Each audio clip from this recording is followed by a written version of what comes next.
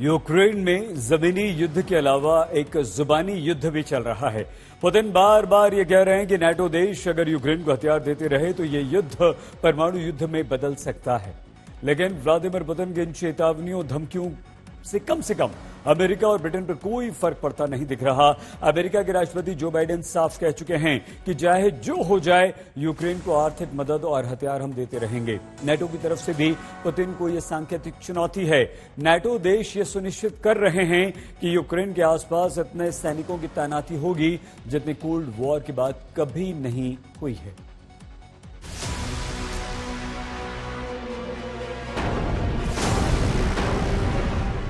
Ukraine की जमीन पर रूसी सेना के टैंक्स आते हैं। यूक्रेन का टर्किश बायरक्तश ड्रोन उन्हें धूल में मिला देता है। रशियन आर्मी कहीं यूक्रेन की ओर मल्टीपल रॉकेट लॉन्चर्स का मुंह खोलती है तो यूक्रेन की फौज मैनपैड से रूसी सेना को करारा जवाब देती है। जमीन से लेकर आसमान तक रूस के आक्रमण का सामना यूक्रेन सिर्फ जज्बे से नहीं बल्कि नाटो देशों के हथियारों से ही कर रहा है। यूक्रेन को मिल रही हथियारों की इसी मदद को रोकने के लिए पुतिन ने जब पश्चिमी देशों को धमकी दी तो जवाब में बाइडेन ने चैलेंज किया कि मदद तो जारी रहेगी। We're not attacking Russia. We're helping Ukraine defend itself against Russian aggression. And just as Putin chose to launch this brutal invasion, he could make the choice to end this brutal invasion.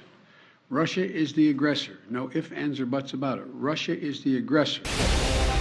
Biden तो अपनी कांग्रेस तक से करीब 33 अरब dollar की funding पास करवाने की जुगत में है ताकि यूक्रेन को जल्द से जल्द और अधिक से अधिक हथियारों की सप्लाई की जा सके। वैसे अब तक यूक्रेन को जो बड़ी मदद मिली है उसमें अमेरिका 32.20 अरब डॉलर यानी करीब 2.5 लाख करोड़ रुपए की मदद करने वाला है। इससे पहले अमेरिका ने 155 mm की 72 होवित्जर तोप, 72 बख्तरबंद वाहन, 1400 स्ट्रिंगर मिसाइलें, 120 Phoenix ghost drone, 5000 javelin anti tank मिसाइलें दे चुका है। इसके अलावा ब्रिटेन ने 4800 इनलॉ एंटी टैंक मिसाइलें, 6000 एंटी टैंक मिसाइलें, जेवलिन मिसाइलें, स्टार स्ट्रीक मिसाइलें, 120 बख्तरबंद वाहन, एंटी शिप मिसाइल सिस्टम समेत बड़ी तादाद में अम्युनिशन की मदद की। अमेरिका और ब्रिटेन ही नहीं, जर्मनी अब तक यूक्रेन को 50 एंटी एयरक्राफ्ट टैंक दे चुका है। उसकी संसद में भी एक राय बनी है कि यूक्रेन को और घातक हथियार दिए जाने चाहिए। इसके अलावा फ्रांस और कनाडा से लेकर ऑस्ट्रेलिया तक ने यूक्रेन को बड़ी सैन्य मदद की है।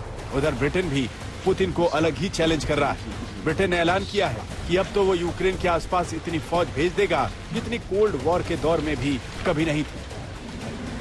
इसमें ब्रिटेन टैंक भेजेगा, अटैक हेलीकॉप्टर भेजेगा, आर्टिलरी भेजेगा। ब्रिटेन के 8000 जवान पूर्वी यूरोप में रहेंगे। ब्रिटेन के डिफेंस सेक्रेटरी बेन वॉलिस कहते हैं कि यूरोप की सुरक्षा इतनी अहम कभी नहीं रही जितनी आज है। कोल्ड वॉर के बाद से सबसे बड़ी तैनाती में जवान हमारी ताकत और एकता दिखाने के लिए नाटो और जेईएफ के साथ युद्धाभ्यास में शामिल होंगे।